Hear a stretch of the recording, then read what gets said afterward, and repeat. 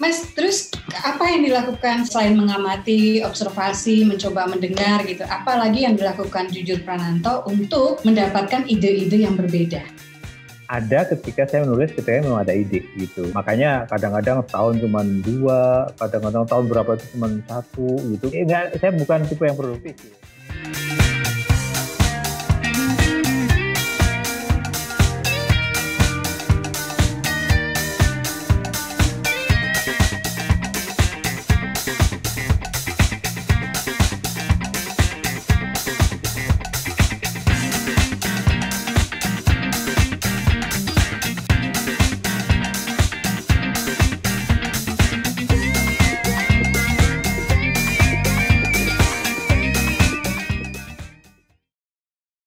Ya, bismillahirrahmanirrahim. Assalamualaikum warahmatullahi wabarakatuh.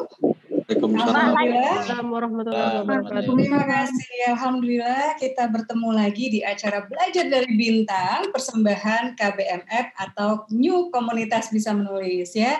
Dan acara ini live selain di Zoom ya. Terima kasih buat teman-teman yang sudah bergabung. Saya sangat menghargai mereka yang bergabung dan berusaha menyalakan video ya. Nggak apa-apa pakai mukena kayak apa gitu, karena saya setuju dengan Mas Ipo, itu salah satu adab belajar daring ya, belajar online ya. Jadi tatap muka itu bagaimanapun menurut saya akan berbeda gitu, seberapa kita menghargai pertemuan. Dan malam ini ya kita juga live di grup Facebook New Komunitas Bisa Menulis dan sudah hadir bersama kita Mas Jujur Prananto. Yeay ya. Saya girang banget ya ketemu Mas Jujur Prananto. Saya kira teman-teman tidak boleh ditampilkan nggak? Udah di spot belum, Bahrul? Ya, Mas Jujur Prananto ini cerpenis yang saya suka banget cerpen-cerpennya, dan skenarionya kalau ada yang belum nonton kayaknya nggak denger terlalu deh. Ya, ada apa dengan cinta. Halo Mas Jujur. Ya. Terima kasih sudah bergabung, sudah siap berbagi ilmu untuk komunitas Bisa Menulis. Nah, Mas Jujur Prananto, ada apa dengan cinta ya? Siapa sih gitu ya orang Indonesia yang nggak tahu filmnya gitu ya? Kemudian ada Petualangan Sherina, dan ini kebangkitan saya kira film anak ya di tanah air ya Mas ya. Iya. Kebangkitan film Indonesia. Ya kebangkitan film Indonesia juga. Mas Jujur pengen tahu nih, saya langsung bertanya karena boleh di mute dulu, Bahrul tolong dikawal ya. Jadi kami dari komunitas Bisa Menulis. Menulis ini ada anggotanya 1,2 juta. Bahrul ya, 1,2 juta, yang 1,2 juta itu anggota KBM, nyebutnya KBM Mas, KBM di grup Facebook, tapi kemudian grupnya di disable sama Facebook ya, saking aktifnya, dan itu kan kalau udah yang tulisan politik ya macam-macam ya. Sementara admin itu merasa sudah cukup menjaga, tapi ternyata sekarang kayak beberapa kata-kata yang menurut Asma biasa pun ternyata sensitif gitu. Akhirnya kita bikin lagi New Komunitas Bisa Menulis di Facebook, grupnya saat ini anggotanya mungkin sekitar 250.000.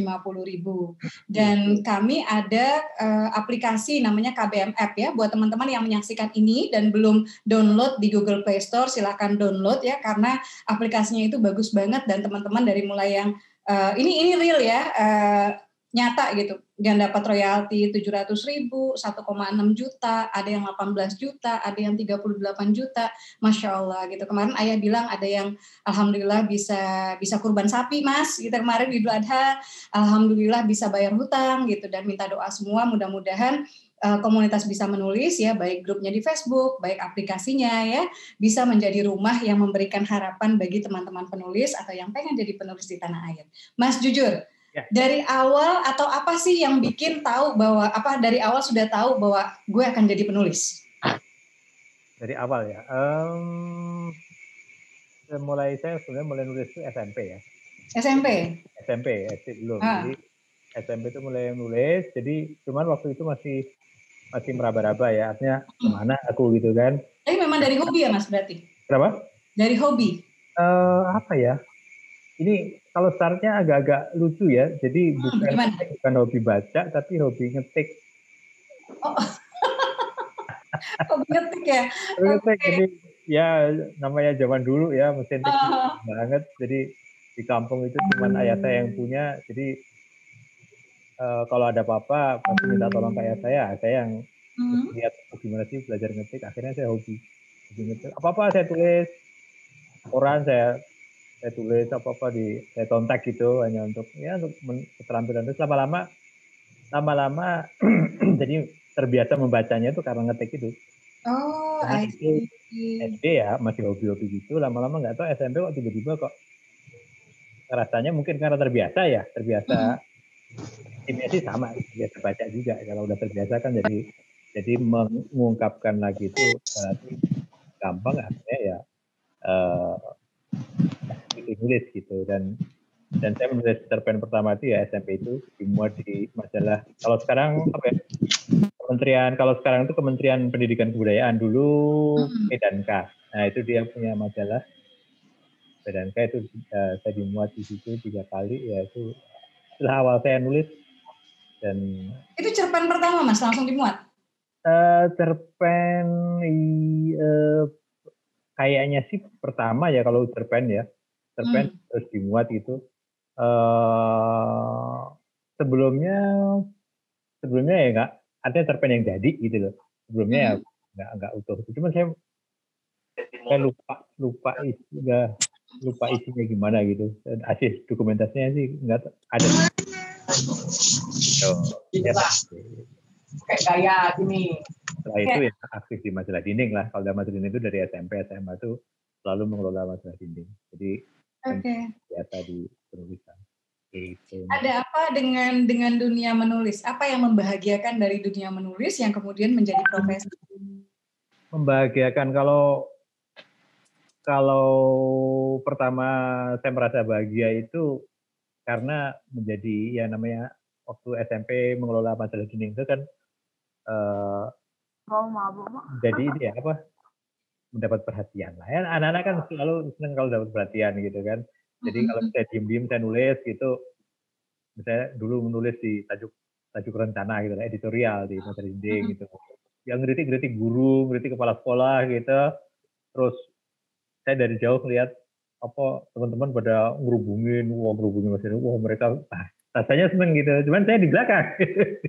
emang saya lebih seneng di belakang layar gitu. Bahagia itu. Artinya kebahagiaan penulis itu ketika kita secara tidak langsung berkomunikasi dengan orang lain lewat tulisan kita. Itu yang paling membahagiakan kita sih, saya pikir. Dan itulah kenapa saya dulu ngotot ngirim cerpen itu kalau bisa itu ke Kompas, karena saat tahun-tahun saya masih aktif itu Kompas itu kan termasuk paling tinggi poplahnya. Dan pasti banyak membaca. Jadi kalau dimuat itu pasti ada aja orang terus, wah kamu selamat ya gini-gini. Jadi ada komunikasi gitu, ada itu yang membuat kita bahagia. Itu sih. Oke. Masih lugu, belum profesi. Mas, dari ini kan Mas jujur sebelum menulis skenario ya, banyak banget ya guys skenario yang sudah di film-film yang besutannya skenarionya tuh oleh Mas Jujur Prananto ya. Ada 2 Tanda Mata ya Mas ya.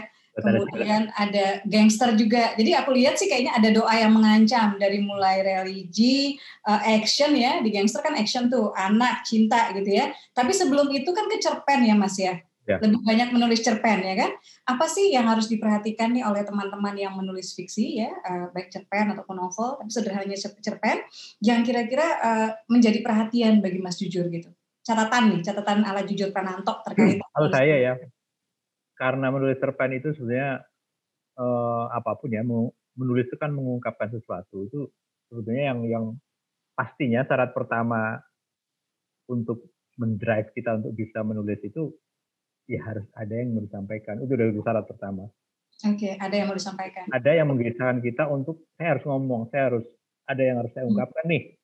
Ini kalau nggak saya ungkapkan ini apa rasanya kok gatel nih tangan nih. Nah, itu yang harus punya. Jangan kebalik, jangan teknis dikuasain sampai kursus ini kursus itu, tapi tiba-tiba kamu mau nulis apa sih? Nulis apa ya? Nah, balik. Kadang-kadang sekarang banyak yang teknis dulu, kemudian tapi sebetulnya menjadi susah karena memang nggak ada yang mau diterapkan gitu. Nah, kalau menurut saya itu tadi, jadi mesin motor penggerak yang paling kuat yang membuat kita bisa menulis adalah memang ada yang mau diterapkan. Gitu. Memang ada yang menggelisahkan kita. Memang ada yang menggelisahkan. Terus kalau buat cerpen yang bagus apa Mas yang perlu diperhatikan? Membuat cerpen yang bagus yang perlu diperhatikan oleh teman-teman KBM nih atau penulis pemula? Penulis pemula. Pastinya kalau kembali ke soal bahwa harus ada yang diucapkan, pasti pasti kita mengungkapkan sesuatu yang tidak biasa. Atau kalau istilah sekarang sesuatu yang unik ya, itu kan ide yang unik itu kan dalam mungkin bagi yang pernah ikut kursus pasti ada itu. Adalah sesuatu yang unik, yang original, yang itu memang sesuatu yang tidak bisa ditawar-tawar kalau menghasilkan karya yang dipandang orang. Tapi bukan berarti terus klise itu haram, itu enggak juga, boleh. Cuman ya mungkin orang juga membacanya juga, oh ini udah biasa, yang seperti ini biasa. Gitu. Tapi ini bukan soal boleh atau tidak boleh, tapi soal bagaimana orang menilai diri kita. Kalau kita makin kita original, makin ide kita unik itu, ya orang pasti lebih memperhatikan kita, lebih hormat pada kita. Nah, kalau kemudian, nah ini bagian yang sulit untuk diajarkan, yang saya sendiri sampai sekarang kalau ditanya gimana caranya itu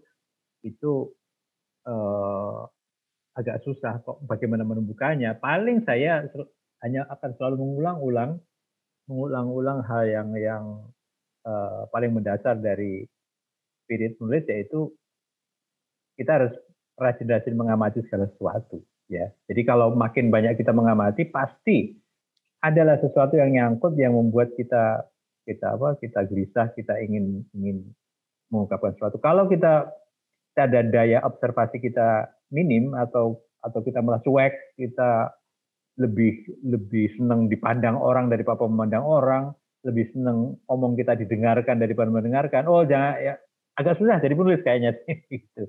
Itu Mas. Jadi observer.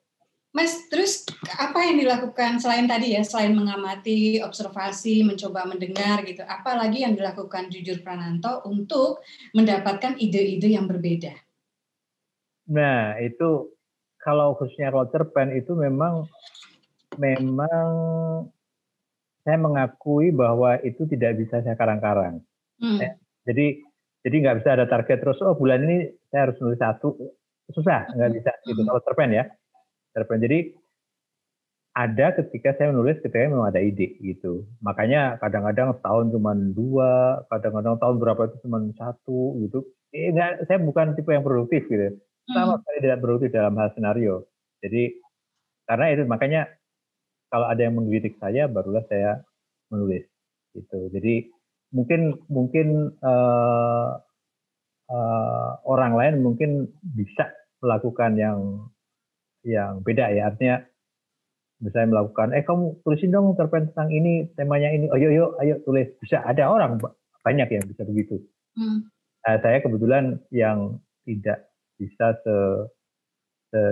secepat itu melahirkan gagasan dari ide orang lain, itu untuk cerpen. Gitu. Jadi makanya kalau dilihat cerpen-cerpen saya pasti ada background-nya, yang ceritanya bisa panjang. Satu cerpen itu background-nya ini, cerpen lain lahir dari ide ini, itu kejadiannya macam-macam yang melahirkan cerpen itu. Gitu. Mas, kan ide tuh munculnya macam-macam ya, tapi beberapa penulis kayak misalnya Agatha Christie itu konon sering dapat ide kalau dia lagi cuci piring gitu kan ya. Tadi Ayah Isa Lamsyah bilang biasanya dapat ide tuh ketika lagi sholat, tiba-tiba itu sholatnya nggak khusyuk, tiba-tiba dapat nyambung nih gitu ya. Kalau Mas Jujur ada nggak momen-momen kayak gitu yang lebih deket gitu, kedapat situasi? Kalau saya reaksi dari itu. Kalau saya biasanya mereaksi langsung dari apa yang saya rasakan. Misalnya gini, ini contoh aja ya, contoh supaya konkret gimana sih proses kreatifnya, tapi saya ceritakan secara singkat. mungkin ada yang pernah dengar cerpen saya judulnya Kado Istimewa. Kado Istimewa itu kebetulan itu yang menjadi cerpen terbaik Kompas tahun 91. Jadi kumpulan cerpen itu pertama diterbitkan tuh tahun 91 dan cerpen saya yang pertama. Nah, itu tahun 91, Kado Istimewa. Judulnya jadi bukunya kumpulan Kado Istimewa. Nah, itu sebenarnya terinspirasi dari lingkungan yang paling dekat, yaitu rumah saya sendiri. Jadi dulu saya tinggal di rumah om saya, seorang om tinggal. Saya dulu di Jogja tinggal di rumah yang listrik pun tidak ada, tiba-tiba pindah ke Jakarta ke rumah om saya yang pejabat zaman Orde Baru, yang pejabat di pokoknya yang top lah gitu. Nah, dan suatu saat om saya menikahkan anaknya. Nah, ibu tiri gitu, itu ingin memberikan kado. Dia tidak bisa datang ke pernikahan itu, tapi mau titip kado buat om gitu. Itu saya merinding karena saya mau bilang nggak usah ngasih bu gitu, nggak tega.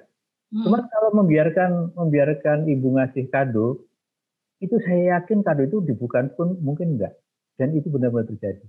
Jadi sekian hari setelah pernikahan, ibu saya datang, kebetulan om tante saya tidak ada, datang terus nitip kado itu sama pembantu ditaruh di sebuah meja, dan berhari-hari kado itu nongkrong di meja itu, gitu. Dan saya, saya mau bu ini dari ibu, ya saya bilang, tapi karena saya tahu bahwa ada satu ruangan, dan waktu itu belum modelnya kado uang ya, tapi kado semua barang. Jadi ada satu kamar tuh, numpuk kado sampai tinggi sekali. Nggak mungkin, ini mungkin bukanya aja mungkin bulan atau 2-3 bulan depan, tapi ya ini makanya. Nah itu kemudian menancap terus di benak saya. Jadi, cuman tentu saja tidak saya tuliskan persis seperti itu. Menumpuk, mengendap, sekian bulan kemudian muncul ide lagi. Lalu berandai-andai, gimana seandainya kalau yang memberi kado itu si ini, gimana kalau seandainya maka lahirlah cerpen itu. Jadi cuman pemicunya memang biasanya sesuatu yang saya alami sendiri, pemicunya. Oke, jadi personal dong Mas ya, cerpen-cerpennya. Personal. Nah, saya hati-hati untuk menyiarkan masalah pribadi ini ke menjadi cerpen kalau saya merasa itu kira-kira orang lain kayaknya juga ngerasain hal yang sama. Gitu ya. Cuma kalau personal sekali yang kira-kira orang nggak tahu tuh, dan itu saya juga nggak mau narsis amat gitu, nggak mau terus asik sendiri gitu, nggak juga. Jadi dan makanya saya tertarik untuk membuatnya karena saya yakin ini bisa dirasakan oleh banyak orang. Dan nyatanya banyak yang akan relate gitu ya Mas ya. Akan relate gitu. Oke, terus kalau awalnya kan tadi suka jadi penulisnya justru karena suka ngetik gitu ya. Gitu. Kemudian nyaman, sebenarnya kayaknya keren gitu ya kalau pas dimuat gitu ya. Nah, proses belajarnya gimana Mas? Sehingga bisa jadi cerpenis yang luar biasa. Kalau belajar itu kalau saya bypass ya caranya, niru. Jadi saya kagum sama tulisan orang, terus saya kalau udah kagum itu kan pasti pengen niru kan. Jadi ada tiga sosok yang termasuk saya kagumi itu Arswendo, Putu Wijaya, dan teman itu saya Martelli. Jadi Martelli Sumarno. Dulu wartawan Kompas, sering nulis, sekarang udah lama nggak nulis. Itu tiga itu selalu saya ikutin cerpennya, dan Arswendo saya belajar dari almarhum Arswendo, saya belajar dari keterampilan dia membuat kalimat-kalimat pendek sekali kalimat-kalimatnya. Jadi kadang-kadang satu kalimat mestinya satu kalimat dibikin jadi 3 kalimat. Karena kadang-kadang cuma subjek doang. Kalimat kedua predikat doang kayak gitu. Tapi jadi asik, jadi dinamis gitu. Nah, Martelli saya memperhatikan soal struktur bercerita. Dia sangat telaten dalam bukan telaten, dia sangat rapih dalam berstruktur mendongeng itu. Jadi mendongeng itu mulai ini, dia kelihatan rapih gitu. Nah, Putu Wijaya, saya kagum sama dia dalam kegilaannya, keliarannya beride, menggagas. Itu udah nggak ada tandingannya. Nggak, dan produktifnya, kecepatannya menulis itu saya udah angkat. Udah tidak ada bandingnya. Sampai hari ini saya nggak tahu terpenulis yang seproduktif dia itu siapa gitu. Nah, itu dari 3 itu akhirnya setiap membaca kan saya jadi asik sendiri kan. Saya tidak mempelajari kata per kata, tapi makin banyak membaca kan jadi kita makin kayak begitu kita nulis ya, kita sebenarnya kasarannya mencontek dulu gayanya. Itu terasa betul cerpen awal-awal saya itu, kalau saya baca lagi, oh ini ke Arswendo-an. Ini ini keputu-putuan, itu kerasa. Saya sendiri sekarang dia tuh sadar banget bahwa saya meniru gitu. Cuman ya nyatanya terus bisa jadi apa enggak gitu. Dan meniru ini gaya ya. Ini buat teman-teman ini biar tidak salah ya, gaya. Bukan ide. Bukan plagiat. Bukan plagiat ya. Kalau gaya silakan ya. Nah, lama-lama gaya itu menjadi gaya kita ketika kita menemukan, kayaknya lama-lama menemukan sendiri sih gitu. Enggak terus gitu. Nah, itu bypass tuh cara termasuk paling mudah untuk belajar tuh niru-niru, membaca banyak terus niru gitu. Ya, kalau bacaannya makin banyak ya teman-teman ya, makin banyak nih gaya yang bisa kita tiru gitu. Karena biasanya setiap pengarang kan ada macam-macam ya Mas ya. Betul. Ada yang gayanya teror, ada yang begini, ada yang tadi rapi ya, strukturnya seperti Mas Arswendo gitu kan. Ada yang settingnya misalnya penggarapan suasana atau settingnya itu luar biasa. Mas, tapi dari cerpenis nih gitu ya, ada apa sih gitu? Kok tiba-tiba ke skenario? Itu pertamanya kenapa? Nah gini, kalau itu agak panjang nih. Nggak apa-apa. Oh ya? Nggak apa-apa, ini kan memang buat dirimu nih, berbagi ke kita. Jadi kan saya SMA itu, ya biasa karena SMA kan mulai mikir nih, setelah SMA saya kemana gitu. Jadi ya saya bersyukur agak lumayan banyak bakat lah gitu. Saya di kesenian, jadi saya mengelola dari SMA kan mengelola materi sendiri. Kemudian saya juga ikut vokal group, nyanyi. Terus saya juga ikut teater, suka main drama gitu. Jadi kan ada acting, ada vokal. Terus SMP juga suka ikut ensemble musik gitu. Musik ya ada pernah gitu. Main-main block flute, recorder itu bisa lah gitu. Cuman kalau piano nggak bisa gitu. Setelah itu saya pikir-pikir apa gitu. Musik saya tanggung. Main piano nggak bisa, main gitar juga enggak, tapi seneng. Terus nyanyi bisa, tapi juga pasti kalah lah saya sama yang lain. Terus apa sih yang semua bidang itu ada gitu? Saya kepikiran film gitu. Jadi pertama bukan skenario dulu, tapi film dulu gitu. Terus dari film itu pasti akan keterampilan saya nulis akan kepakai, apresiasi terhadap musik pasti kepakai, kemudian sense of membaca acting itu saya juga bisa gitu. Ya udah, saya lulus SMA saya langsung, sebelum lulus saya langsung Jakarta. Dengar-dengar ada yang namanya LPKC waktu itu. Jadi sebelum lulus saya udah blusuk ke Cikidi gitu, nyari-nyari LPKC mana, nanyain kapan pendaftaran, udah terus balik ke Jogja untuk ngambil tanda lulus, Jakarta lagi untuk daftar, udah kuliah di LPKC, jurusan film itu. Jadi niat saya memang, target saya bahwa saya target saya karena yang bidang yang paling saya kuasai di antara bidang-bidang itu penulisan, saya bayangkan wah ini skenario, nantinya saya akan ke skenario, udah gitu. Cuman waktu itu memang di KC belum ada penjurusan skenario jadi saya udah belajar film aja gitu. Oke, sebentar ya Mas Jujur. Bahrul dah. Saya baru mau ini Bahrul nih. Tiba-tiba tadi ada screen sharing. Mas, Tapi Asma masih penasaran nih gitu, maksudnya Mas SMA gitu ya, terus kemudian jadi nggak semua orang juga kan bisa menemukan oke nih gue mau pursuing ini gitu ya, gue mau jalani ini gitu, kemudian cari dan sebagainya gitu. Dulu tuh emang suka nonton film atau apa? Oh nonton ya, itu khas, itu anak Jogja, SMA udah pasti sering nonton, dan tipikal anak SMA remaja gitu pasti nonton film Amerika gitu kan, film Amerika, dan apa, setiap nonton film Amerika begitu nonton film Indonesia pasti aduh kok beda banget ya film Indonesia gitu kan. Film Amerika nonton itu warnanya bisa diatur, bisa kalau zaman Nazi gitu warnanya kecoklat-coklatan gitu kan, iya gitu ya, bisa cerah, kemudian credit title tuh bisa bergerak muncul.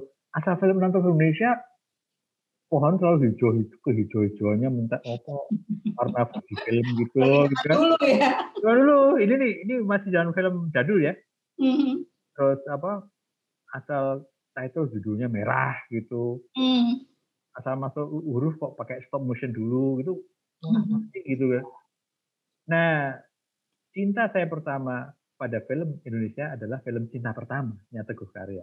Oh. Nah, itu. Jadi waktu itu tahun ada rerunnya Cinta Pertama. Jadi kan Cinta Pertama itu di launching saya belum boleh nonton film tuh, belum 17 tahun.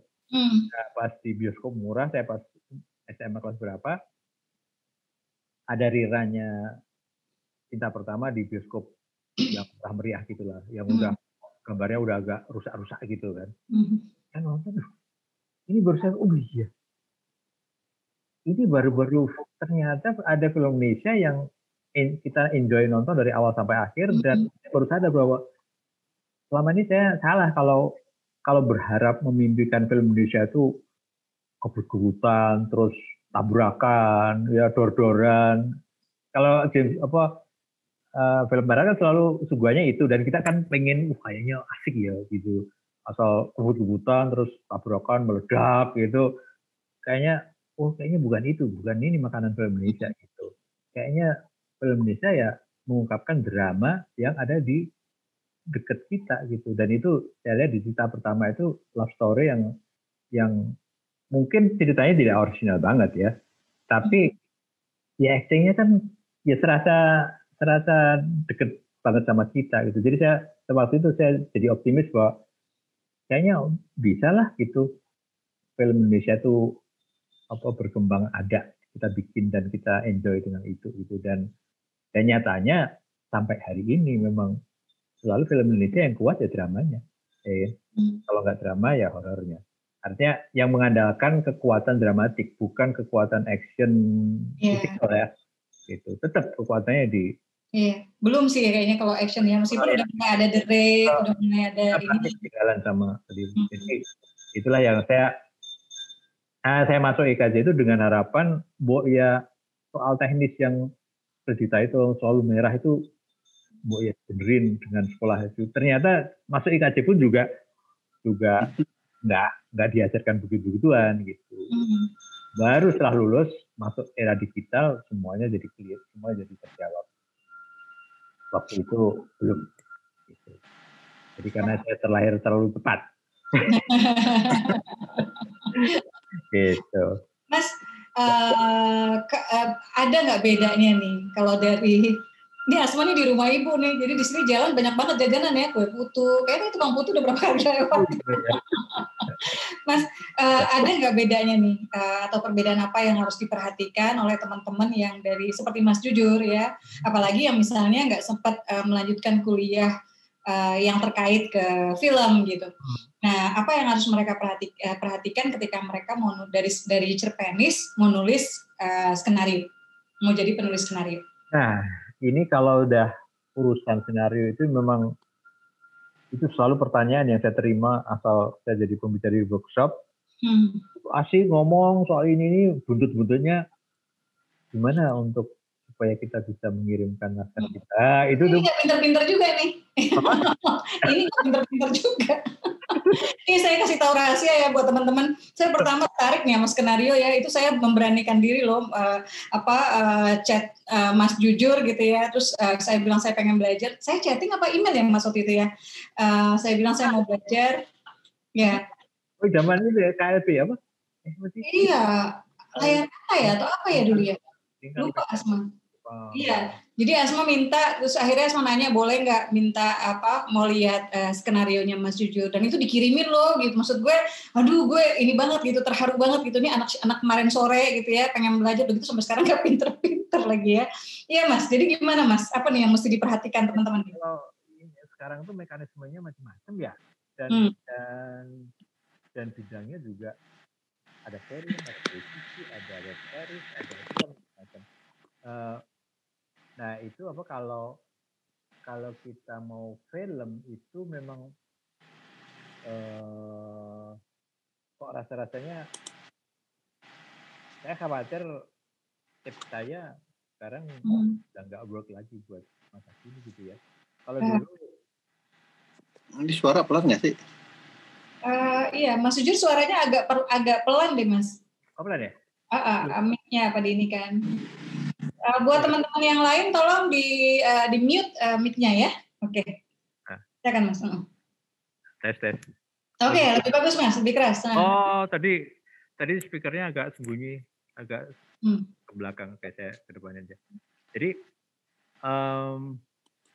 kalau urusan bagaimana kita menjadi penulis, menjadi dikenal, saya biasanya gini. Pertama-tama kita harus kayak toko itu kita harus punya pasang panjang, punya etalase dulu. Jadi apapun caranya, kita mesti langkah pertama itu harus punya portofolio. Artinya punya contoh satu skenario aja yang habis-habisan kita tulis, kita tumpahkan keterampilan kita menjadi satu utuh tanpa peduli ini akan dibikin apa enggak. Itu kita bisa kita kirim kemanapun dengan risiko mau dicontek, mau di apa, monggo, itu udah risiko. Cuman paling tidak orang tahu bahwa oh si ini bisa nulis gitu. Nah soal dikirim kemananya itu yang itu sekarang mungkin udah beda ya. Kalau dulu memang bisa dari door to door ke PH ya. Iya. Ada. Jadi saya sempat melakukannya itu dulu zaman TVRI. Kan belum ada RCTI, belum ada apa. Jadi begitu saya kirim ke TVRI dan nggak laku juga gitu. Nggak. Saya nulis apa? Pertama itu saya nulis dari cerpen saya judulnya Parmen, itu saya kembangkan menjadi skenario. Saya tawar-tawarkan gini, enggak nyangkut ke TV, nggak pernah nyangkut. Dulu kan ada yang namanya apa pekan sinetron apa gitu. Nah itu sampai akhirnya masuk era TV swasta, itu akhirnya naskah itu laku. Nah artinya apa? Artinya orang selalu ingat, oh ini si Jujur nih punya tulisan atau minimal dia bisa nulis. Itu dulu. Nah, branding dulu berarti ya Mas. Kenapa? Branding ya. Branding. Branding itu macam-macam. Branding itu jujur aja saya sadar betul ngotot nulis tuh kalau bisa ke Kompas. Itu saya sebenarnya juga branding juga. Gitu. Iya. Kan artinya Kompas tuh makin saya ngitung makin banyak orang baca pasti makin orang kenal bahwa yang namanya Jujur Pranata itu bisa nulis. Nah, kalau wanita saya tulis kirim dulu ke Femina. Karena Femina banyak pembacanya wanita gitu. Kalau remaja saya tulis di Gadis gitu. Beberapa saya nulis di Gadis pernah. Terus Femina juga pernah, tapi yang terbanyak memang Kompas. Nah, jadi saya agak susah ngasih tip ya karena dulu saya berawal dari branding itu tadi. Jadi ketika saya menjadi Astrada pun sebetulnya orang sudah nunggu, Jur ngapain lu nulis dong. Nah gitu. Ya itu agak susah diterapkan untuk saya ajarkan tuh kamu tiru saya nggak berani. Karena itu memang ini salah satu aja. Salah satu cara untuk apa? Untuk bisa diterima itu begitu. Cuman itu kan itu kalau yang umum-umum sekarang macam-macam, ada dari co-writer, ada dari itu yang paling banyak sekarang dari co-writer. Yeah. Tergantung kalau co-writer itu memang punya potensi untuk jadi editor, pasti dia dengan sendirinya orang akan melihat, oh ini kualitas tulisannya bagus nih, udah kamu nulis aja deh, ngapain co-writer begitu.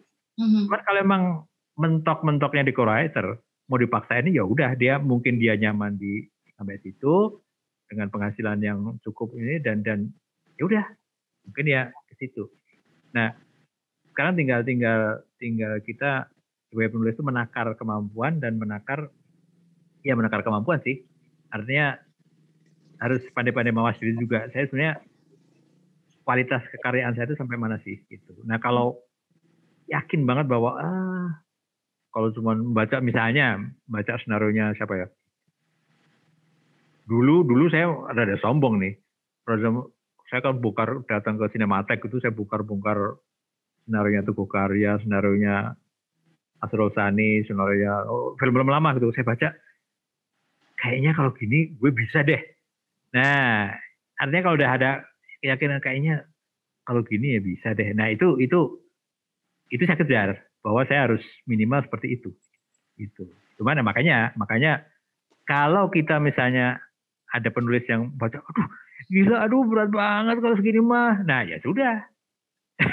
ya itu memang ada juga yang seperti itu. Ya mungkin bekerjalah mungkin di tulisan-tulisan yang sifatnya yang mungkin tidak terlalu harus mendalami sesuatu yang berat gitu. Jadi kalau technically itu tadi ya, berawal dari co-writer, terus masuk di lingkungan film, entah mulai dari itu soal pergaulan, soal itu, aduh, unstable. Ini ada your internet, mudah-mudahan kamar saya freeze nggak? Nggak, kedengeran kok. Aman. Kedengeran, oke. Nah, itu Mbak Asma. Ya, Mas, kita mau siap-siap tanya jawab gitu ya. Tapi Asma nanti nih mau nanya, boleh sekarang. Nanti deh ya, abis ini Asma sebetulnya mau nanya apa sih tantangannya, atau misalnya dari skenario yang Mas tulis apa yang paling menantang. Tapi nanti dulu kita mau buka dulu pertanyaan. Ada nggak nih yang mau nanya nih, Mas Bahrul? Isa nanya. Oh Isa nih. Pak Isa. Silakan aja, silakan. Mas, aku boleh tanya nggak proses kreatifnya petualangan Sherina pertama itu? Tapi dengar Mas jujur tadi kelihatannya tuh kayak menumpahkan semua ya. Ada musiknya, ada ceritanya juga, ada gambar. Jadi kayak semua yang Mas jujur suka tertumpah di sana. Terus kemudian pindah ke cinta tuh jadi remaja. Dan Mas jujur kayaknya bisa masuk ke anak-anak dan bahasa anak-anak, ke remaja dan bahasa remaja tuh boleh cerita nggak backgroundnya gimana dan akhirnya gimana menyesuaikan itu? Iya. Langsung saya baca gimana? Silakan Mas. Langsung jawab. Lanjut langsung aja. Langsung ya. Nah, jawab aja Mas ya. Kalau Sherina, kalau petualangan Sherina itu makanya di film itu bedanya bahwa ide itu hampir tidak selalu dari kita sendiri. Sherina juga gitu. Saya terima ide itu dari Miras Production, tapi idenya pun bukan sinopsis yang panjang, cuma beberapa kalimat bahwa ada 2 anak. Saya pengen bikin cerita gini sih, Miras malah gitu. Kira-kira setengah halaman tentang 2 anak yang tadinya musuhan, cuman lama-lama karena terlibat dalam sebuah petualangan barengan, akhirnya dari musuhan berubah jadi temenan. Nah itu aja gitu. Premis apa sih? Premis, lebih premis.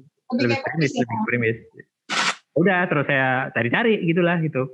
Dari apa ya, temenan gitu. Musuhan itu biasanya, anak musuhan itu gimana sih? Anak musuhan itu biasanya kalau anak baru. Nah, bully-bully itu biasanya tidak pernah baru kan. Kalau temenan dari kelas 1 SD terus ini jarang. Kecuali anaknya memang layak dibully gitu. Cuman kalau normalnya kan biasanya anak baru itu selalu ada yang jahil. Nah itu udah saya tangkap. Nah terus syaratnya anak baru cuman jangan kelas, misalnya yang jatuh kelas 5 apa ya, berarti anak baru pindah dari kota lain masuk sekolah baru. Nah cari-cari. Pindah kenapa ya? Gitu prosesnya. Pindah ya mungkin kalau settingnya Bandung berarti pindah dari Jakarta ke Bandung. Oh mungkin urusannya bapaknya begini, gini. Ya pindah ke Bandung. Nah, terus enaknya apa ya? Anaknya nakalnya itu gimana ya? Gitu. Oh nakalnya gini kita cari-cari. Nah, memang untuk Sherina saya relatif lebih mudah. Jadi lebih mudah karena risetnya lebih mudah. Karena anak-anak itu saya lihat cara bicara terus berpikirnya itu dari tahun ke tahun itu tidak ada lonjakan yang istimewa gitu loh. Relatif ya. Mungkin kalau udah lewat remaja, nah beda banget.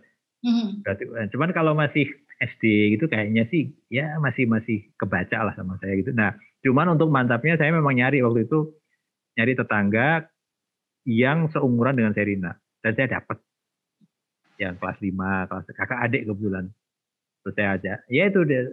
Kamu kalau sekolah gimana sih kalau ngegeng itu sekolahan anak SD itu nyampur laki perempuan apa perempuan aja? Ya perempuan sendiri laki sendiri. Oh ternyata masih kayak dulu juga. Terus yang nakal tuh kayak apa sih gitu, kayak gitu saya kumpulin. Nah itu yang masukan yang kemudian bisa menginspirasi melahirkan adegan-adegan itu. Nah kalau dari gaya bahasa bicara makanya makin ya kalau itu tadi observasi itu tadi yang non-stop observasi itu yang di beginian itu terpakai gitu. Jadi kalau misalnya kita punya ponakan yang ngomongnya gini, nah kita nangkep di sini. Tetangga kita ngomongnya gini, nangkep di hadis otak kita. Nanti begitu kita nulis kan keluar lagi gitu. Nah Sherina juga gitu. Nah cuman memang kalau dibilang tadi itu menumpahkan semua bakat saya, itu kalau di film pastinya tidak ya. Saya hanya bidang skenario, kemudian kalau musik pastinya orang lain. Nah, tapi kalau adegan ini musiknya, ini di sini dia itu nyanyi, itu termasuk. Nah itu yang saya membayangkan pasti ada musiknya itu cuma satu. Itu satu itu waktu Kertarajasa dan sama siapa sih pacarnya itu. Akulah Kertarajasa. Itu saya ini harus dan siapa namanya yang tango. Wah, pasti tango. Dan akhirnya dibikin benar.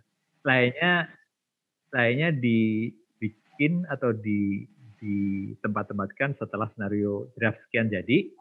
Si Mira mulai, oh ini pantasnya nih ada lagu. Oh ini pantasnya ada lagu. Oh ini pantasnya ada lagu. Gitu. Itu nggak dari awal rencana musikal ya Mas? Dari awal musikal. Kan dari awal musikal. Dari itu syarat itu udah yang pertama dan saya juga wanti-wanti. Kita sadar betul menjual Sherina. Kasarannya begitu kan? Oh iya. Kasarannya kita menjual Sherina. Jadi saya cuma pesan tetaplah namanya jangan diganti. Namanya harus Sherina. Karakternya karakter dia, nyanyi gaya dia. Artinya apa? Nonton film itu sama dengan jumpa fans. Saya gitu aja. Jadi ada patokan yang saya makanya nama Sherina. Tentu saja diganti M. Darmawan tuh karangan saya aja. Cuman niatnya udah dari awal musikal. Cuman saya juga saya kalau musikal full musik saya nggak mau. Karena full musik yang semua nyanyi nggak relate malah nggak. Saya nggak merasa happy nonton yang masuk ngobrol biar aku kemana gitu nggak enak banget kan. Enggak. Jadi memang harus di ini sih placingnya penempatannya pas gitu. Jadi konsepnya tetap konsep film India yang ketika ada dramatik nyanyi gitu kan sebenarnya kan film India kan tuh. Iya. Nah, itu, akhirnya kita sepakat itu oke. Lebih ke sound of music sebenarnya. Sound of music kan betul. Yang dinyanyikan, tapi drama yang tidak dinyanyikan banyak banget. Dan ketika nyanyi, ya nyanyi benar-benar nyanyi. Ya lebih ke sound of music sih konsepnya. Oke. Terjawab ya? ADC tadi ya, kalau ADC itu lebih keras, lebih bekerja keras gitu. Nah sekalian aja tuh Mas yang tadi pertanyaan Asma tuh, tantangannya apa tuh tantangannya? Tantangannya ya waktu saya nulis saya sudah umur 40 juga kan tuh. Dan udah nggak remaja lagi, tiba-tiba harus, waduh remaja. Itu ya saya bilang bahwa remaja itu tiap zaman tuh beda dan berkembang cepat. Saya mau nggak mau minta bantuan. Makanya ada Rako Prianto, ada Prima Rusdi itu yang mengawal saya dialek-dialek Jakarta saat itu. Jadi saya nulis semampu saya. Mereka yang nambahin basi Mading udah terbit. Nah basinya itu bukan saya, itu khas saat itu tuh kayak gitu. Nah cuman dari saya sendiri ya pastinya pagi dengerin Prambors, saya Lengganan Hai, Lengganan Gadis, Lengganan Andi Cemerlang, pokoknya saya Lengganan semua. Terus jadi atmosfer kemudaannya itu diserap.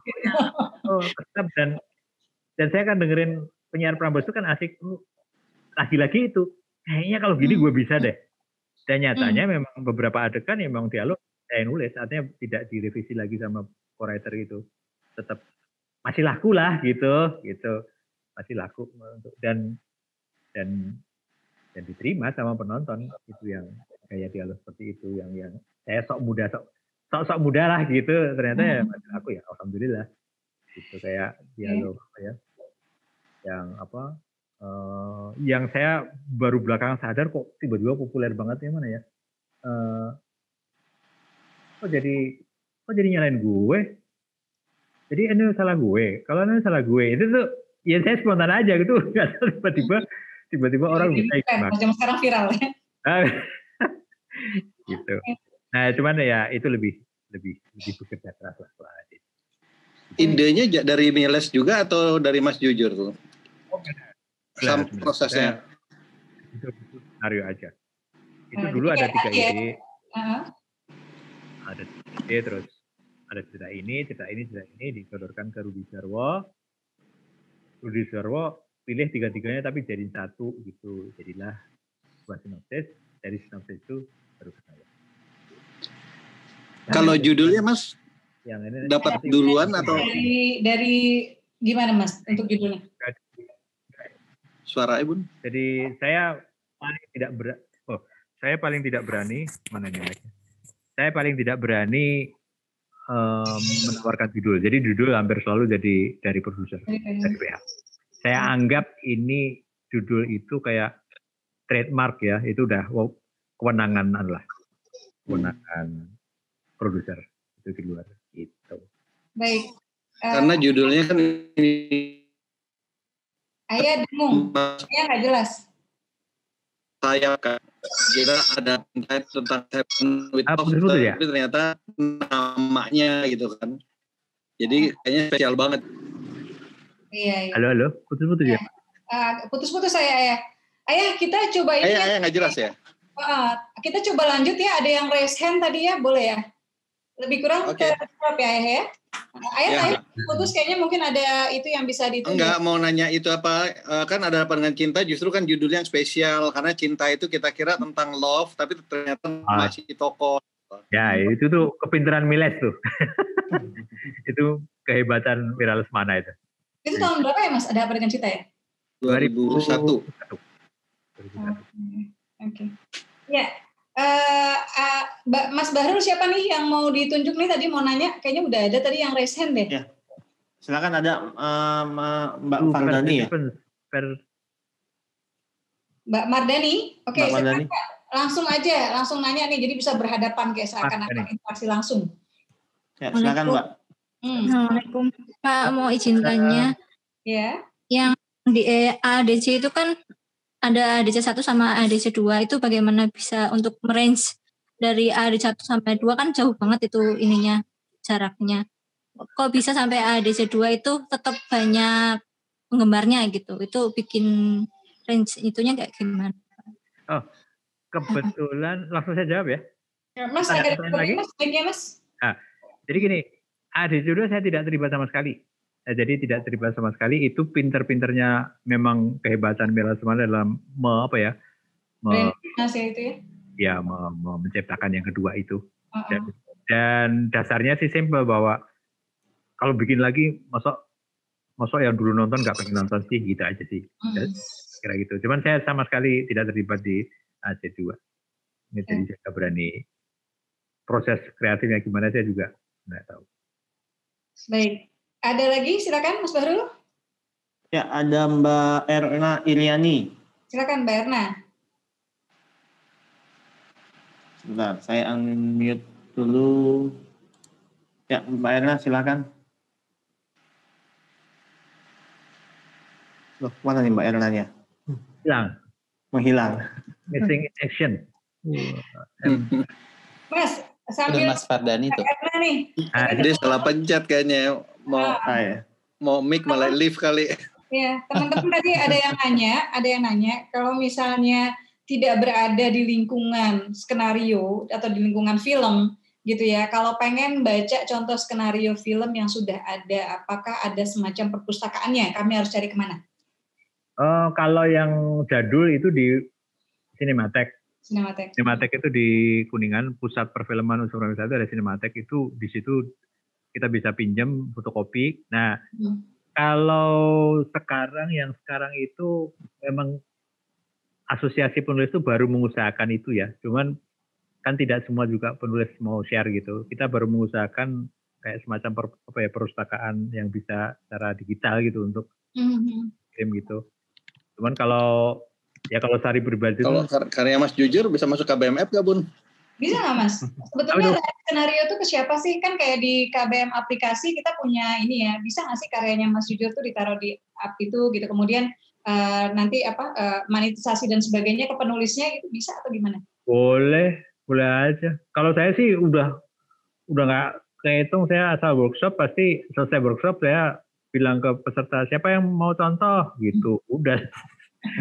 Berarti bisa tuh ya nanti di boleh tuh Bun tuh ya biar di KBMF ada semacam kalau yang saya sarankan yang termasuk rapi itu skenario yang enak lah untuk belajar itu Aisyah biarkan kami bersaudara.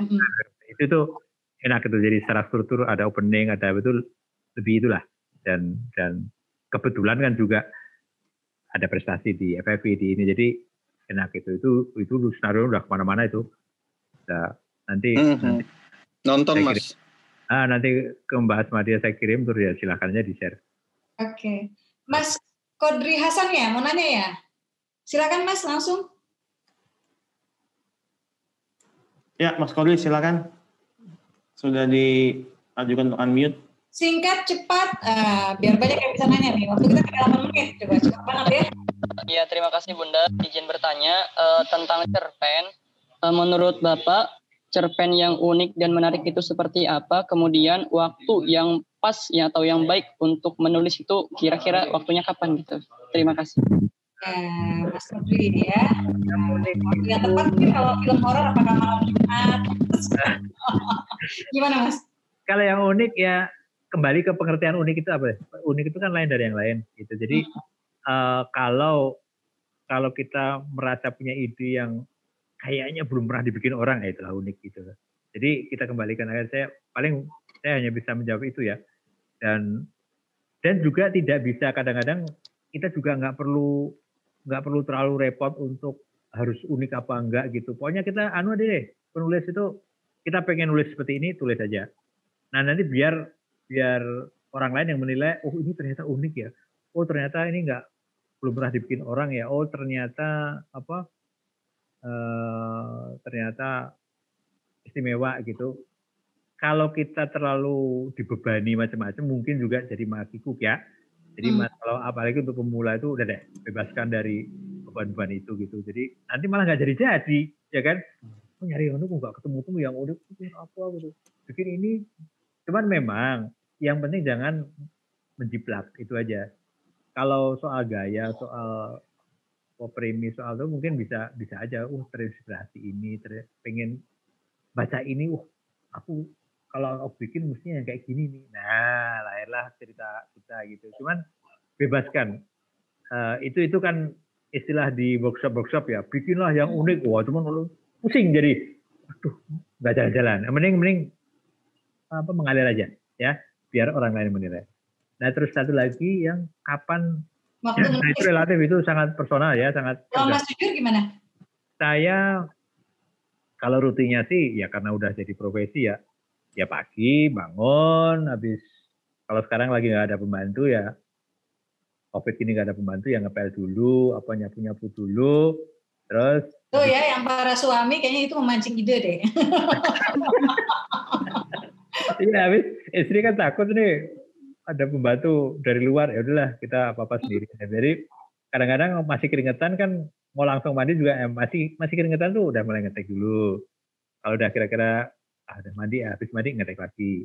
Cuman biasanya terus sampai siang. Nah, ya udah gitu aja. Terus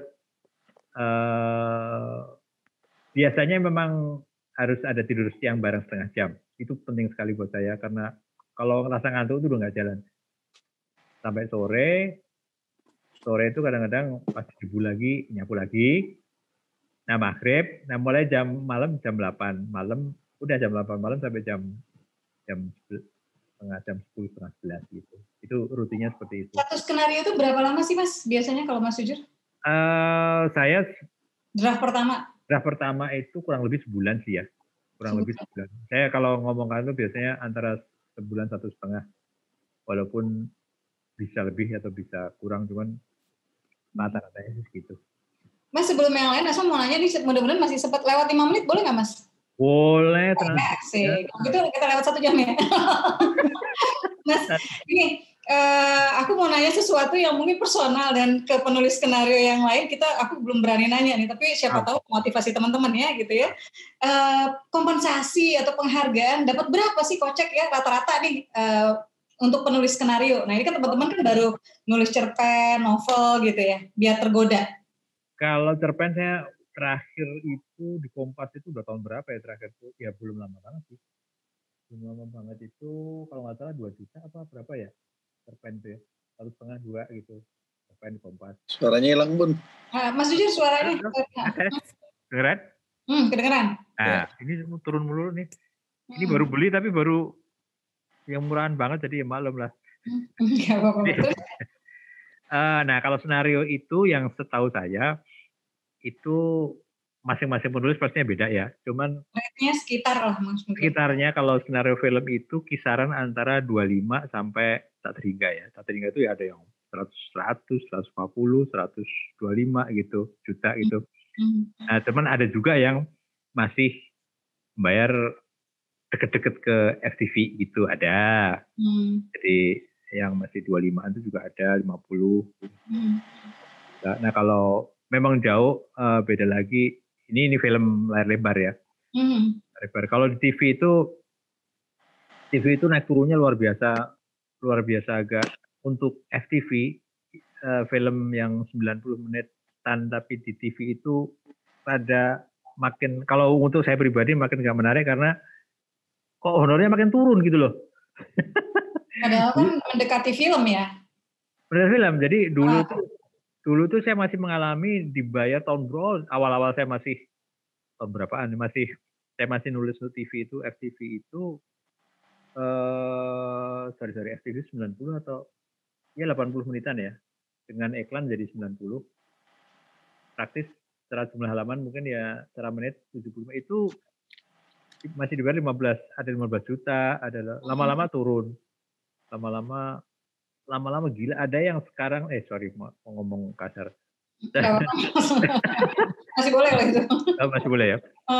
Lama-lama ada yang saya dengar itu FTV itu dibayar di bawah 5 juta. Oh iya? Itu saya nggak ngerti gimana gitu.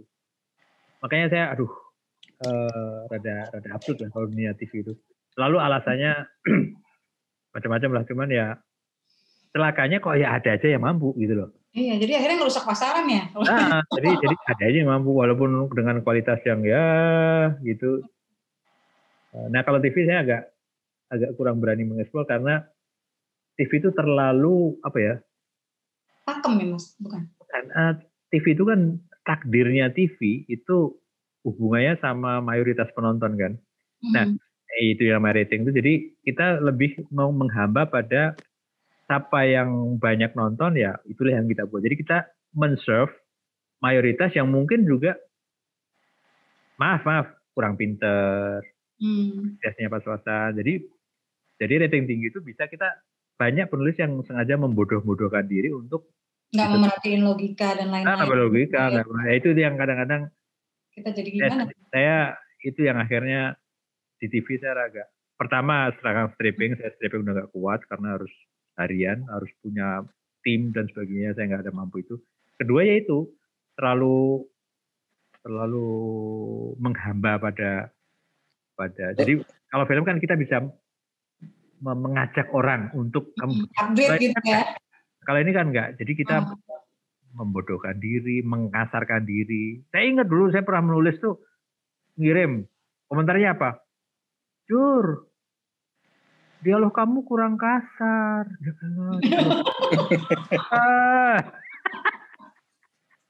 Kok kasar gimana lagi gitu? Aduh, sedih gitu. Jadi ya karena memang itu diperuntukkan untuk FTV yang kebayang kan yang untuk sinetron apalagi wah itu udah yang suaminya marah-marah terus istrinya zoom in zoom out gitu. Jadi saya agak tidak berani untuk mengajari gimana hidup di TV secara baik dan benar, itu saya agak berani. Mending saya bicara film aja yang kebetulan yang saya dalami. Gitu. Baik, Mas, aku minta izin ya, mungkin telat 5-10 menit ya Mas, ya nggak apa-apa ya, ini pertanyaan sebetulnya banyak banget. Aisyah, silakan Aisyah, ready? Saya cuma langsung ready ya, sudah. Ya, oke. Cepat, pokoknya singkat ya, oke. Ya, terima kasih atas kesempatan untuk bertanyanya. Saya ingin bertanya Pak, tadi kalau saya tidak salah tangkap, tadi kan Bapak bilang mengenai untuk judul itu kan ditentukan oleh pihak sananya ya Pak. Nah, jadi Bapak tidak menentukan judulnya. Nah, pertanyaan saya adalah berarti ketika Bapak membuat cerita itu, Bapak langsung, jadi pertanyaan saya cerita dulu baru nanti terbentuk judul atau bagaimana Pak? Soalnya saya juga termasuk orang yang skenario kan? Skenario entah itu cerpen. Soalnya saya jujur tipikal orang yang nulis dulu nih, tapi ketika disuruh judul, aduh ini apa ya judulnya yang pas gitu. Terima kasih. Jadi ada dua nih. Kalau cerpen pasti saya bikin judul sendiri. Mas biasanya judul dulu apa isi dulu kalau cerpen? Cerpen ide dulu. Oke. Ide dulu, terus dari ide itu nemu judul gitu. Nah, kalau cerpen pasti itu bikinan saya sendiri. Kalau sinetron kadang-kadang saya punya usul judulnya. Dulu sinetron pertama saya itu judulnya Anakku Terakhir Kembali. Nah itu judul dari saya. Yang Tamara itu samping banget tuh, iya. Sama Desi Rasari. Nah itu sinetron legend. Berapa? Salah satu sinetron legend, legendaris. Nah itu cuman 11 episode doang. Nah itu dari saya. Ada juga terus beberapa saya cuman masih 50-50. Kalau film, dilalanya saya selalu, coba untuk kerja saya suka bikin judul, cuman saya yakin akan diganti sama produsernya gitu. Saya serahkan ini hanya untuk judul kerja gitu, saya bilang gitu. Biasanya kesannya jadul kalau saya bikin judul. Sorry. Jadi kadang-kadang malu sendiri gitulah gitu. Cuman mana duluan ya? Kalau prosesnya pastinya ide dulu. Ide biasanya melahirkan judul. Kayak Ayam Mengancam itu udah nancep nih. Kalau Doa Yang Mengancam itu dari Mas Jujur kah? Itu cerpen. Cerpen ya? Cerpen dimuat di Kompas. Dimuat di Kompas, ada produser yang seneng banget. Namanya Cinemat, Pak Leo. Terus bagus banget nih gitu. Cuman waktu itu bagus untuk TV. Saya bilang kalau untuk TV kemalan Pak, ini setnya banyak banget, nggak mungkin untuk TV gitu. Akhirnya dia terus ke film, dibikin film sama Hanum. Jadi dari ide sampai ke cerpen sampai ke film itu satu-satu film yang itu penuhnya karya saya itu Doa Yang Mengancam. Ini ya Aisyah ya, jadi dari ide cerpennya dimuat di Kompas, akhirnya jadi diterjemahkan ke skenario film gitu.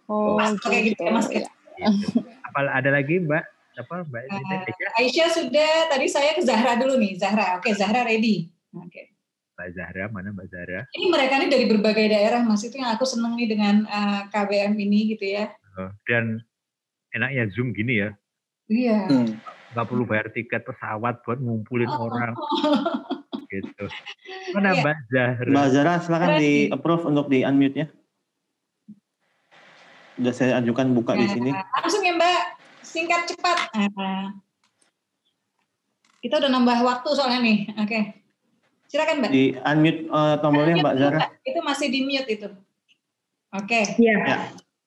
Makasih Pak atas yang keren banget. Pertanyaan saya ada 2. Pertama, tentang film Sherina, itu petualangan Sherina itu keren banget. Itu durasinya Bapak buat naskah itu berapa lama? Terus yang kedua, tentang perjalanan Bapak pertama ngirim naskah itu seperti apa? Jadi koneksi yang Bapak punya itu bisa diceritakan. Terima kasih. Naskah cerpen atau naskah ini nih, naskah skenario nih Mbak? Halo, cerpen apa skenario? Hilang, sudah hilang. Kamu di mute itu, masih di unmute terus sayangku. Mungkin ada pairnya gitu jadi begitu. Nggak apa-apa. Pokoknya ntar kita Mas Jujur jawabnya nanti tinggal dikasih kalau opsi. Yang skenario, petualangannya tadi nangkep nggak Mbak Asma pertanyaannya? Kenapa saya jadi lupa juga sih? Enggak, ini kalau yang saya tangkap ya proses pertama ngirim itu ya.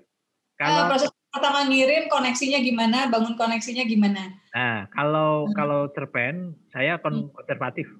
Cerpen itu zaman saya memang modalnya amplop dan perangko, jadi nulis, ketik, kirim ke Kompas. Gitu. Jadi konservatif aja, kirim dan tahu-tahu berapa bulan, berapa sekian hari kemudian datang amplop. Aduh lemes kalau udah datang amplop tuh dikembalikan sama redaktur. Ngirim lagi, balikin lagi itu udah apalah gitu. Nah, sampai kesekian ngalamin Mas ya ditolak-tolak Mas. Kenapa? Ngalamin ya ditolak-tolak. Ngalamin lah. Ngalamin karena dan ini yang ditolak itu sekian tahun kemudian saya baca itu geli sendiri gitu. Ya ampun. Jadi kayak emang ini ya. Dulu norak banget gitu nulis gitu. Termasuk ide senario yang ditolak. Pernah dulu Teguh Karya itu bikin program apa gitu, dia dipercaya oleh investor untuk bikin sekian film sekaligus. Nah saya ikut mengirimkan sinopsis cerita itu, saya udah mantep banget deh. Ditolak gitu, saya mikir kenapa gitu. Udah saya lupain. Terus sekian tahun kemudian saya bongkar lagi, ya ampun, ya terang aja ditolak gitu. Norak banget gitu. Jadi ada perkembangan gitu ya. Terus tapi ketika kita bisa menertawakan, berarti sebetulnya kan kita sendiri mengalami upgrade. Iya, itu kualitas gitu kan. Jadi, pantesan gitu. Jadi saya jadi senang juga. Oh ya, memahami lah kenapa waktu itu ditolak. Terus Mbak Zahra, tadi yang pertanyaan pertama apa? Yang Sherina tadi? Halo. Sinyalnya gangguan Pak, makanya. Ini film petualangan Sherina itu durasinya Bapak buat naskah itu berapa? Berapa lama? Iya. Itu keren banget ya. Bukan durasi filmnya kan? Durasi berapa lama buat skenarionya? Pembuatan naskah. Oh, berapa lama? Iya. Oh, kalau berapa lama itu lupa saya. Iya.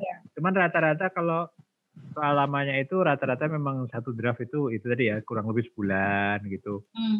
Sebulan. Cuman namanya film itu Mbak, itu berulang kali jadi satu draft sekali terus dibahas, dikirim ke produser, sutradara, dibongkar lagi. Terus kita ngumpul lagi nih, meeting lagi dengan semua udah ngasih catatan ini mesti begini. Oke, saya masuk, saya tulis lagi, masuk draft 2. Draft 2 saya bikin mungkin biasanya makin kesini makin cepat ya. Tidak sampai sebulan lebih, cuman lama-lama karena yang dikoreksi lama-lama sedikit kan. Kirim lagi di-share lagi. Sekian minggu ngumpul lagi dibahas terus sampai biasanya kalau Sherina itu sampai final itu draft ke-7 kalau nggak salah. Kalau ADC draft ke-7 itu draft ke-7 itu berapa lama Mas? Dari awal itu berapa bulan 3 ya? bulan. 6 bulan kali ya? Oh, 6 bulan? Kalau ADC lebih lama, ADC itu kurang lebih 6 bulan. Oh, okay. Relatif. Berapa draft tuh? Berapa? ADC berapa draft? ADC kalau nggak salah 7, hampir sama sih. tapi lebih banyak ADC. Ada lebih banyak. Dan saya kemarin ini saya bikin sampai draft ke 12 ada gitu. Dan tiba-tiba draft pertama itu udah tahun berapa gitu. Bisa gitu. Ya, saking anu. Nggak ada limit revisi ya, Mas, kalau untuk penulis skenario? Kenapa? Nggak ada limit revisi ya? Saya nggak berani melimit, kecuali kalau memang ini ya, kalau kecuali memang saya belum pernah untuk segini draft aja ya, nggak pernah. Kecuali paling ya saya menilai kira-kira ceritanya berat nggak gitu. Kalau ringan ya saya berani gitu. Misalnya honornya kecil, misalnya.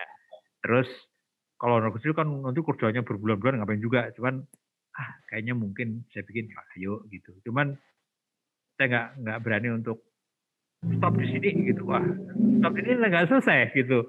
Ntar yang kena saya juga gitu kan. Nggak. Tapi ada juga ada. Bukan nggak ada penulis yang strict membatasi. Saya hanya skin draft itu ada sih. Cuman kebetulan saya bukan yang seperti itu. Gitu. Iya, Mas, ini banyak banget apresiasi teman-teman ya. Ada yang bilang suka banget skenario AADC 1, kemudian jadi ngefans sama Sherina gara-gara petualangan Sherina gitu. Jadi banyak banget nih apresiasi ya dari teman-teman. Saya kira mungkin itu ya sambil kita minta pesan-pesan terakhir. Maksudnya terakhir di sesi ini. Apa nih Mas yang mau Mas bekali gitu ya sebagai cerpenis, sebagai penulis skenario yang sudah istilahnya puluhan tahun berkarya gitu. Pesan apa yang ingin Mas sampaikan untuk teman-teman penulis muda di KBMF ini? Ya, kalau saya lebih senang untuk penulis yang cerpen aja ya, artinya yang non skenario dulu itu ya tadi yang ini sebetulnya udah kayak nyetel kaset aja karena selalu saya ulang-ulang itu tadi bahwa selalu jadilah observer yang baik gitu. Jadi kalau kita masih seneng didengarkan orang tapi tidak didengarkan orang itu boleh agak dekat Mas, maaf. Kalau kita masih lebih seneng didengarkan orang daripada mendengarkan itu kayaknya bukan karakter penulis gitu. Jadi observer yang non-stop terus mengamati. Nah, mengamati kan macam-macam. Mengamati langsung, mengamati lewat bacaan, itu makanya ada istilah penulis itu harus banyak baca. Itu sebenarnya bagian dari observasi. Ya, observasi gaya tulisan, observasi kehidupan, dan tulisan juga bukan cuma buku fiksi gitu, tapi juga baca koran, baca berita, baca apapun itu yang makin banyak masukan, makin mengisi hard disk kita makin terisi ya. Ketika kita ambil dari memori kita lebih gampang daripada kita kosong gitu. Di observasilah non-stop observasi. Kayaknya itu aja sih. Kalau yang lain ya sekiannya kan gampang, ada yang kalau saya tadi bilang tinggal meniru gaya orang lain, terbiasa baca makanya akan terbiasa juga untuk mengeluarkannya lagi gitu. Untuk teori-teori rada saya malah nggak berani karena memang saya berawal dari belajar yang tanpa teori, jadi ya gitu. Nah, kenapa? Yang senario kan saya rasa agak sedikit ya kan, kalau dari seluruh Indonesia paling yang concern terhadap senario kan hanya yang tinggal di Jakarta, kebetulan senario saya senario film pula, makin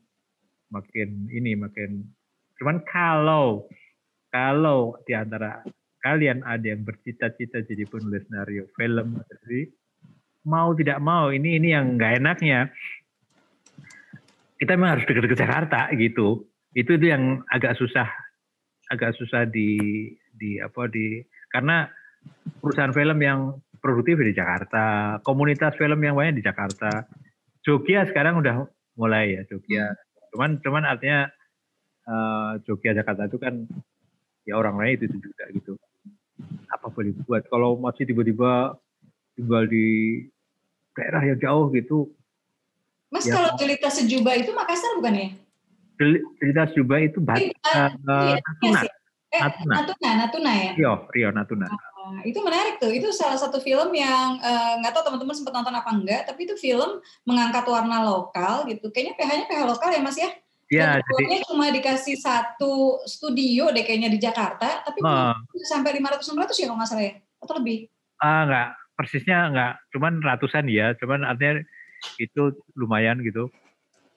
Karena ya itu PH kecil dan PH baru biasalah kalau pihak bioskop pasti nggak ngelirik gitu pasti gitu. Awalnya nggak ngeh loh itu Mas Jujur, tapi pas gitu pantas aja gitu. Itu produsernya memang dia yang punya duit itu sangat concern pada kehidupan prajurit di daerah terluar itu. Dan castingnya ternyata keren gitu ya, si Wafa kan ya. Saya senang sekali tuh. Sama si istrinya siapa, Chico Jericho itu. Ya. Itu oke. Wah, si cowoknya oke banget.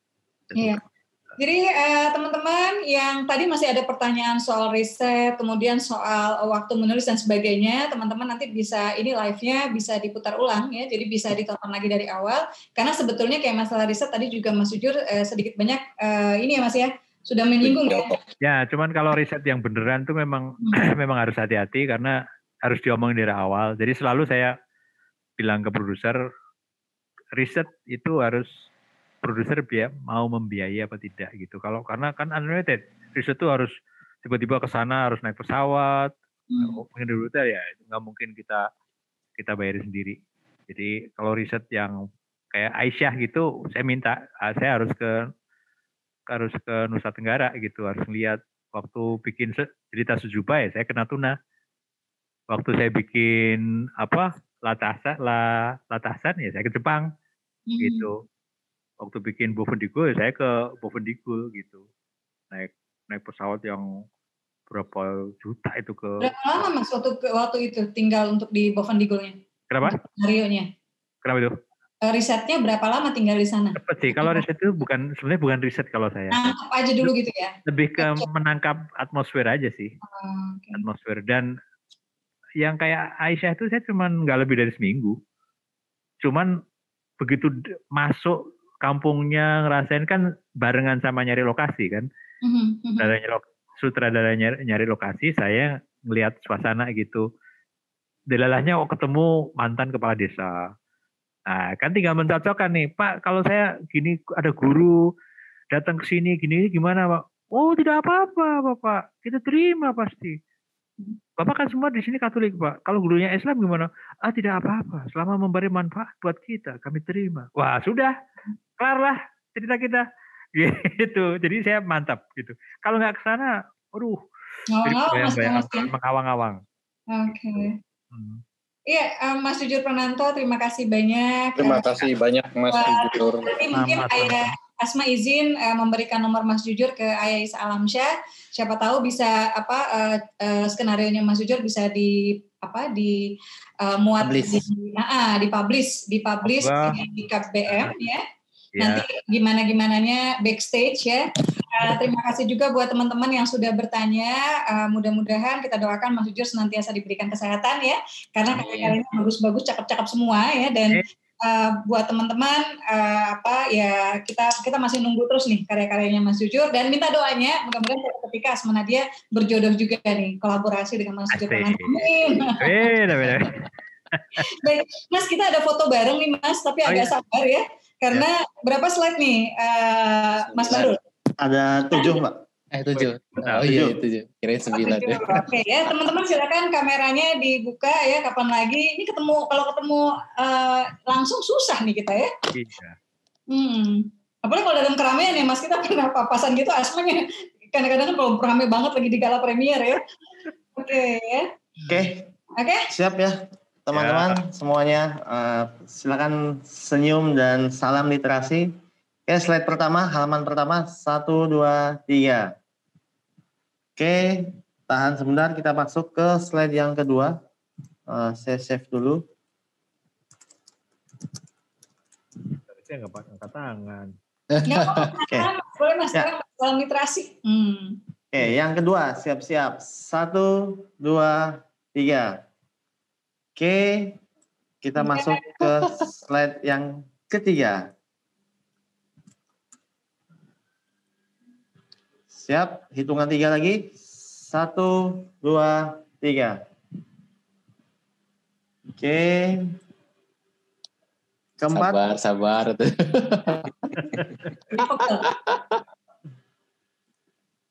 Ya. Ya, hitungan 3. Siap. 1, 2, 3. Oke. 5 kali lagi ya. Berapa? 4 kali, 3 kali lagi?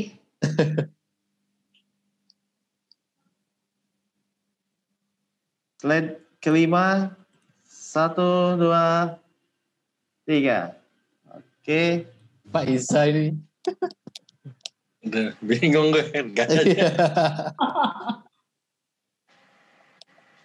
Ya, 2 lagi. Ya, slide ke-6. 1, 2, 3. Oke. Terakhir, satu lagi. Terakhir. Oke, siap. 1, 2, 3. Ya, terima kasih teman-teman. Terima kasih banyak Mas Jujur. Terima kasih banyak. Mudah-mudahan Kak Kaprok dan mudah-mudahan kapan-kapan berkenan berbagi lagi di KBM ya. Kita semuanya makasih buat Mas Jujur. Buat teman-teman semua, kami sendiri mudah-mudahan bermanfaat dialognya. Silakan di-rerun lagi, diputar lagi di awal ya. Dan jangan lupa yang belum download aplikasi KBM App ya, bisa di-download, diunduh di Google Play Store ya. Terima kasih Mas Jujur, thank you banget ya. Maaf terlambat ya. Terima kasih banyak. Bilahi taufiq wal hidayah. Assalamualaikum warahmatullahi wabarakatuh. Waalaikumsalam warahmatullahi wabarakatuh. Ya, terima kasih Bunda Asma Nadia ya dan juga Mas Jujur.